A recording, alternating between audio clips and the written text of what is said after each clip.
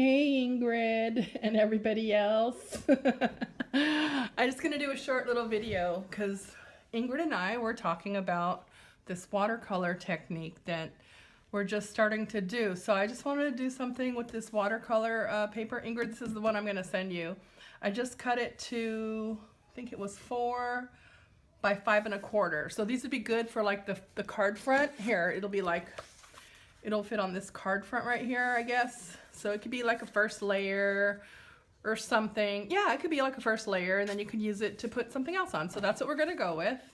And then I'm using this block right here. This is the largest Stampin' Up! Block. So the technique we found was that we just go ahead and get this stamping ink refill bottles, which are quite inexpensive. I mean, it's such a great deal, $3.50 per bottle. So I'm gonna just put a drop of that on there. This is Melon Mambo. Still building up my colors.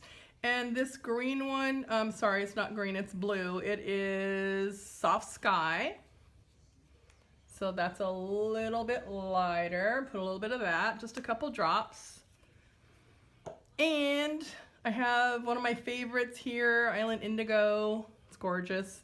I'm just trying to give them a little separation here because when I put them on this glass block, I'm gonna go ahead and add a tiny bit of water to them to kind of get them a little juicier. And then the yellow one is Daffodil Delight. So put a little bit of that on there. And I have it on an old piece of scratch paper underneath so I don't wreck my table. And then I have just a paper towel here because I'm gonna use this to wipe off my aqua painter. So I have my aqua painter ready. It's got the water in it. And the edge is just kind of discolored because they do get discolored when you use them. And I'm gonna start with, let me start with this one. I am gonna start with the lightest blue color. Where did I put it? I think this is it. Okay, so I'm gonna just add a drop of water to this blue.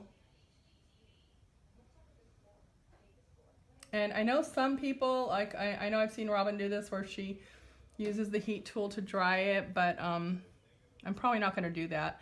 So on this one, I'm just gonna go ahead and start here and then start at the top and just do a quick wash with it. So it's still pretty, see it's pretty thin. And you can, it's good to start light because you can always add the color. That's what everyone's always saying. It's really true. Okay, so that's all I want of that, and I'm gonna kind of wipe it off on my paper towel till it's clear. Even though it kind of looks nasty here, it's still good. And then next I'm gonna go with the next darker blue, I think. Oops, I gotta add a little water to it, I forgot. Here we go. I'll add a drop. There we go. This blue is so pretty. And it really is this dark, so you just kind of get it on there. Okay, that's all I'm gonna do with the blue. And I know a lot of people do like to keep their colors separate, but I kind of like them to bleed a little bit for me. And then next I'm gonna go with the Melon Mambo. I'm gonna leave the yellow till the last, I think. Okay, so I added a little water here. And then I'm gonna just start here. I don't like to start right next to the color because it'll bleed together anyway. I just wanna start here so it stays pretty vibrant. And then I'll kind of get closer to it and let it bleed together a little bit when I'm done, so I don't have to mess up my brush too much. Okay, so that's my Melon Mambo, and I'm gonna clean that off too. Kind of doing it off camera, but that's all I do. And then last, add a drop of water to the Daffodil Delight. And that'll be my last color down here. So pretty. It's gonna look good. And these, you can use them for just a background for like a printed word or, you know, a stamped word that you can emboss, and it's really nice. It really looks good.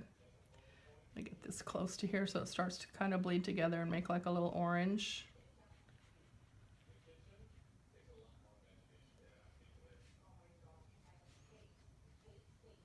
Okay.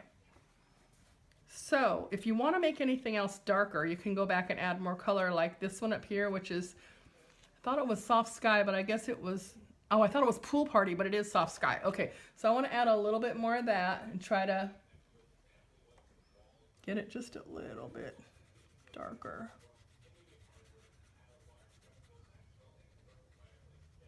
Okay. And I think, to me, that looks good. So, what I did on my other ones I had was, this one's already dried, but what I did was I just used greens and blues and a little yellow on this one. When it was kind of drippy like this, I kind of held it and tilted it so it kind of ran, and then when it dried, it looked like that.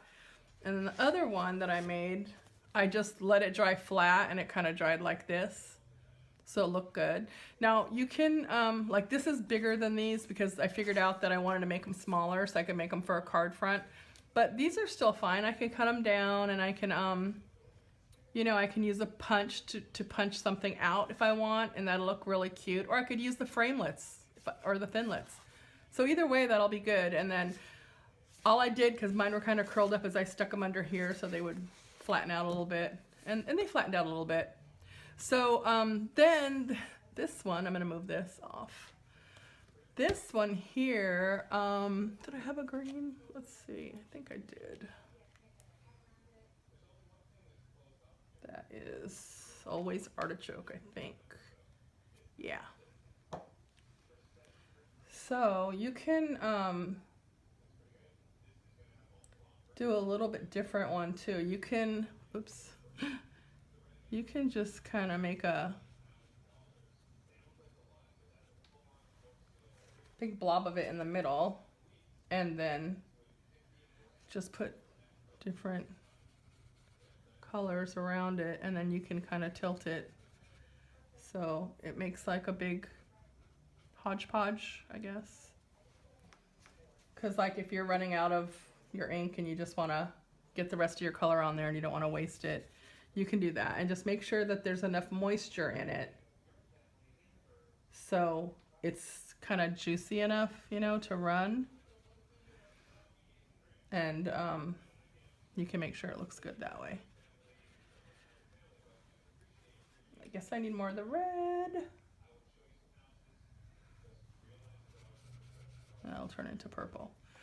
Okay, so I probably didn't do this one too good because I didn't really think it through, but see, if you tilt it, it'll run.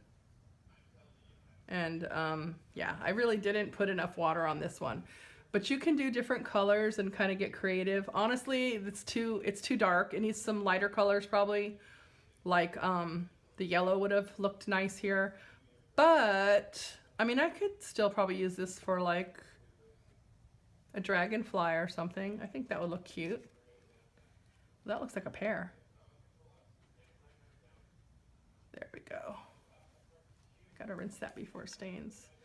But yeah, that's just a couple of things you can do. I'm gonna go ahead and send this to you, Ingrid, and see. I probably will post it later too, but I just want you to kind of get the hang of it.